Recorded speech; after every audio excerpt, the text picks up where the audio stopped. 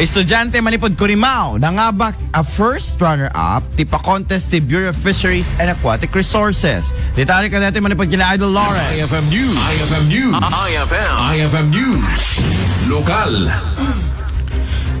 Pinadayawan ti LGU Curimaw ni Cedric John Ranada kalpasan ang nakaawat ti pamadayaw manipod iti Bureau of Fisheries and Aquatic Resources kaya nangabak dayto iti 7,000 pesos kalpasan ang nagbalin ang nangabak akas first runner-up iti sinalipan na fish farm photography contest. Makita tiladawan nga entry ni John Cedric tiladawan iti may sa pamilya ang nakaigem iti yellowfin nga arig na ilakuda.